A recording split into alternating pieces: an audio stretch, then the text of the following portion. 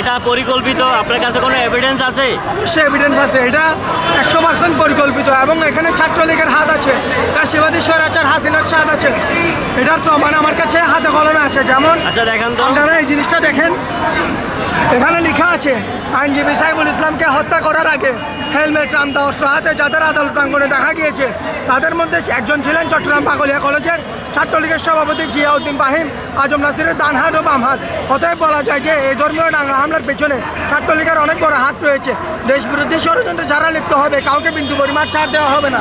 এখানের মধ্যে যারা আমাদের আইনজীবী সাইফুল আলমকে হত্যা করেছে, কবিয়ে হত্যা করেছে, তাদের মধ্যে এরাই হত্যা করেছে, এদের মধ্যে ও একজন।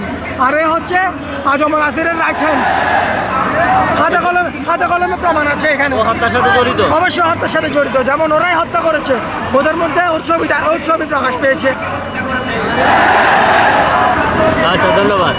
তারপরে আপনার তো পুরো ডকুমেন্ট সহকারে কথা বলতেছেন, আপনার কথাটা অবশ্যই। গ্রহণযোগ্য। ধন্যবাদ। অবশ্যই। সুন্দর ভাই, আপনারা কি চান গতকালকে যে একজন আইনজীবীকে হত্যা করা হয়েছে, এবার এ বিষয়ে আপনাদের মতবাদ কি?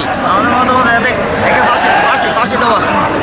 ফাঁসি যাচ্ছেন? বাংলাদেশ থেকে ইসকনকে নিষিদ্ধ করা হোক। ইসকনকে নিষিদ্ধ করা হোক। কারা চান ইসকনকে নিষিদ্ধ করা হোক?